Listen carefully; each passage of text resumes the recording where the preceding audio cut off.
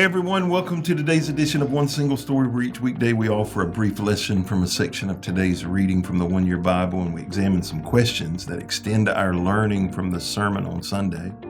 Today I'm joined by Rivenbark and Alyssa Bream, and we're looking at a passage from Exodus chapter 18, verses 13 through 27. Jay, you want to read part of that for us? Sure. This is where Moses is standing before the people and taking care of them and hearing all this stuff. And it says in verse 15, when his father-in-law asked him what in the world is he doing, he replied, because the people come to me to get a ruling from God. When a dispute arises, they come to me. I am the one who settles the case between the quarreling parties. I inform the people of God's decrees and give them his instructions. Then verse 17, this is not good, Moses' father-in-law exclaimed. So this whole thing is dealing with leadership, delegation, authority. And I know you're big into leadership and talk about those principles quite a bit. So what's the correlation between leadership and delegation? This is clearly an example of the importance of delegation for leaders. But I noticed a small detail in the story that I think directly relates to the focus this month on relationships. So we're in a series on relationships. So a little bit of a backstory. Moses is involved in confronting Pharaoh and leading the Israelites out of Egypt. And he had temporarily sent his wife and children to stay with his father-in-law, Jethro. And now that they're out of Egypt, they're camped in the wilderness. Jethro brings Moses' wife and his children back to him. And Moses recounts to Jethro all of these things that God's doing, right, in order to free them from slavery. And Jethro is excited for him. You know, he rejoices with him, and he offers his sacrifice to the Lord. And the elders and the leaders of Israel, they join in with Moses and Jethro for this meal. And the next day, Moses sits down to take his seat to judge the matters between the people. And Jethro noticed how much responsibility and time that Moses took up for himself. And so he advises Moses to delegate by selecting men who had integrity to assist him in some of these smaller issues. And the piece that I focused in on that I missed several times is the phrase that it's not good. The reason that it's unique is there's really only one other place in all of Scripture, at least in the Pentateuch, the 5 books of Moses, where this term is used. And the other place is in Genesis 2:18, where God says to Adam, it's not good for man to be alone. And so the use of the term creates this direct kind of correlation between relationships and leadership. And it seems to me that the two passages, the passage from Exodus with Moses and Jethro and the passage from Genesis about Adam being alone, connect to each other. Alyssa, what is the correlation there? We see with Adam that man cannot live alone. And then we see with Moses that man cannot lead alone. And those two are tied together very closely because God created us to be relational human beings, to live in community, to rely on one another.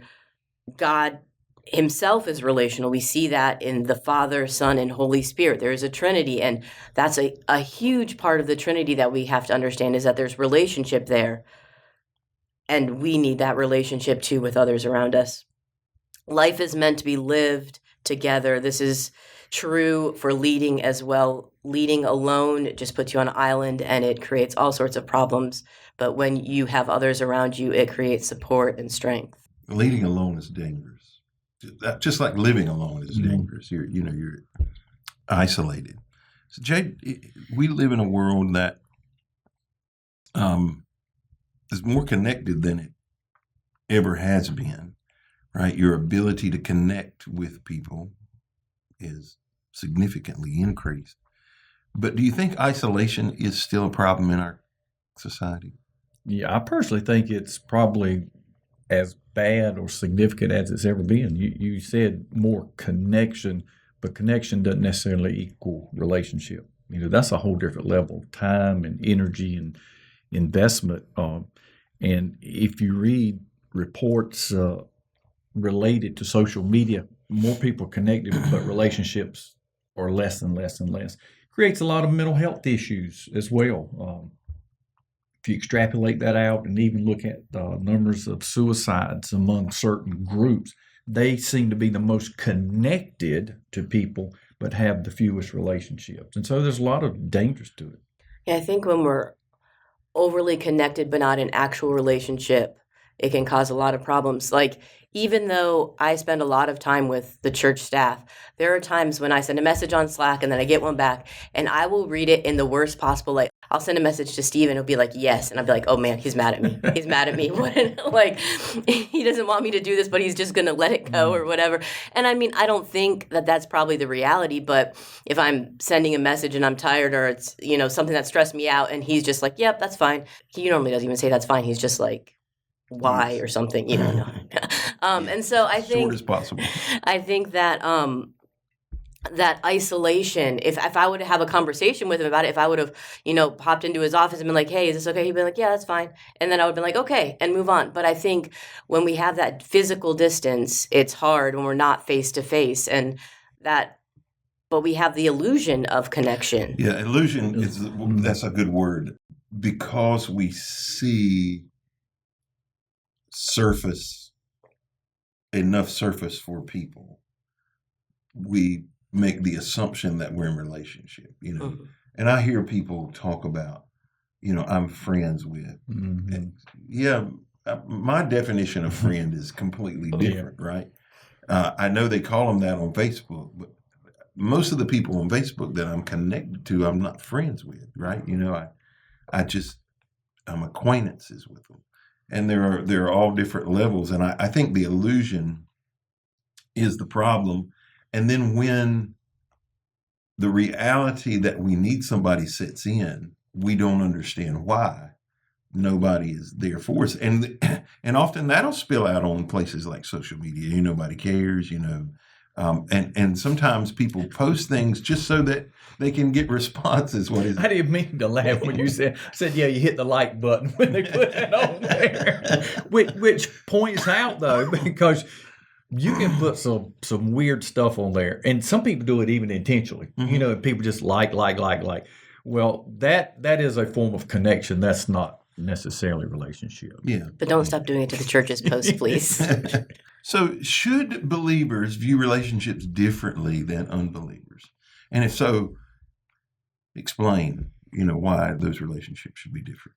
The thing I immediately went to when I read this was passage in Philippians where it talks about the attitude of Christ and thinking of others as better than yourself. I don't think that in general, people who are walking around who aren't Christians are thinking more of others than themselves. I think that they have a very, I got to take care of myself. I got to take care of me. And so putting others before yourself in relationship is a very Christ-like attitude to have. And I don't necessarily see that in everyone as I look around.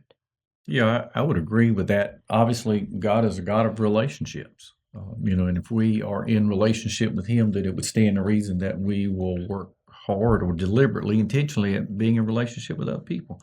And so the answer is, yeah, I think we should, as believers, be much more focused on developing relationships than non-believers. Yeah, I think the expectations, the requirements of relationship are different. Or should be different even among believers, right? We have to be really good forgivers. Yes. Today, just as we're recording this, there were 2 stories in Matthew about the king who had called his accounts, and the man begged his forgiveness, and the king forgave him the debt that he owed, but then he goes out and throws people who owed him much less into prison, and the argument was about forgiveness. And then in the very next chapter, they're asking Jesus about divorce, and they said Moses, allowed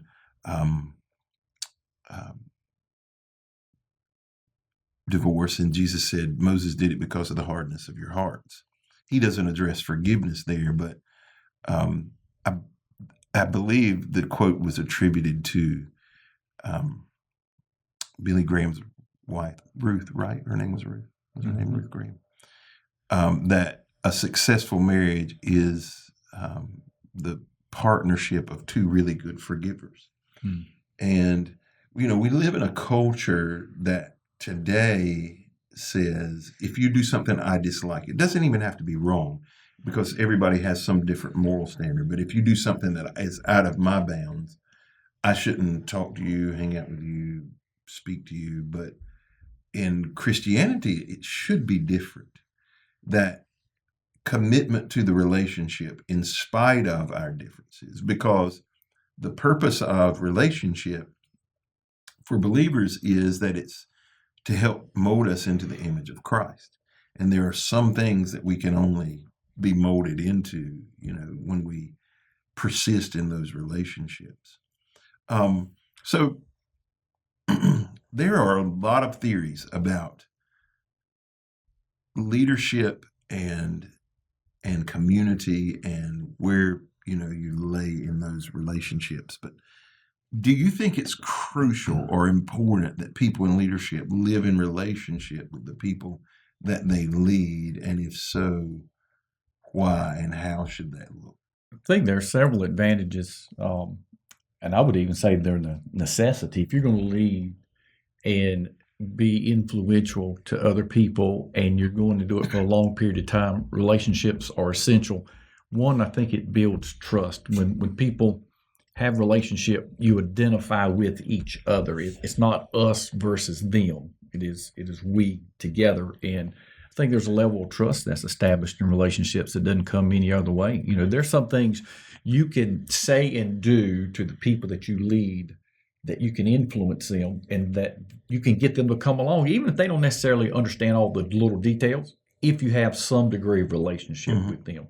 And so, there's a lot of importance and significance associated with that. I think it also helps you gain perspective because when you're leading, you see the organization from a much different view than somebody who is in it, hearing, not seeing all the parts moving together and all of that. So it gives us an outside perspective, a wider perspective when we listen to people who see it from a different way, that experience the organization or whatever you're leading. But I also think you should like the people you're leading, that you should want to be in relationship with them a little bit. Jay looks really sad. I would agree. For those of you just listening, Jay looks really sad. That you should like, and so you should want to have some level of relationship with a lot of the people that you're leading, if depending on the size of the organization, because those should be people that you enjoy being around, that you have some sort of joint purpose that brought you together in the first place. Why don't you want to have some sort of relationship? I've done a lot of reading about things like this. I hear people talk about it.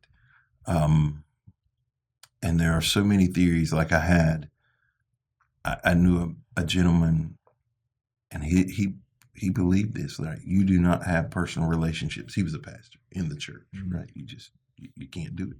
And so he didn't, right? It was him and the people. And my personal experience is this. It is where I have to be. So somebody was asking me recently about why I believed, and I believe this with all my heart, why I believe God wanted me to be a pastor and why he wanted me to be a pastor for a long time in a single place. Because some of the other things I could have done, the denomination I grew up in, being an executive, or traveling and singing, which is what I did, what I thought I wanted to do when I was a teenager in the early 20s. Both of them would have been extremely spiritually unhealthy for me because of the lack of accountability. You're in a new place. In both of those jobs, you're in a new place every week. You're the center of attention. There's very limited accountability. And, you can kind of live ever how you choose because you don't see the same people every day. In this context, I'm 20 years in at this church now, not as pastor. I'm 15 in this year as pastor.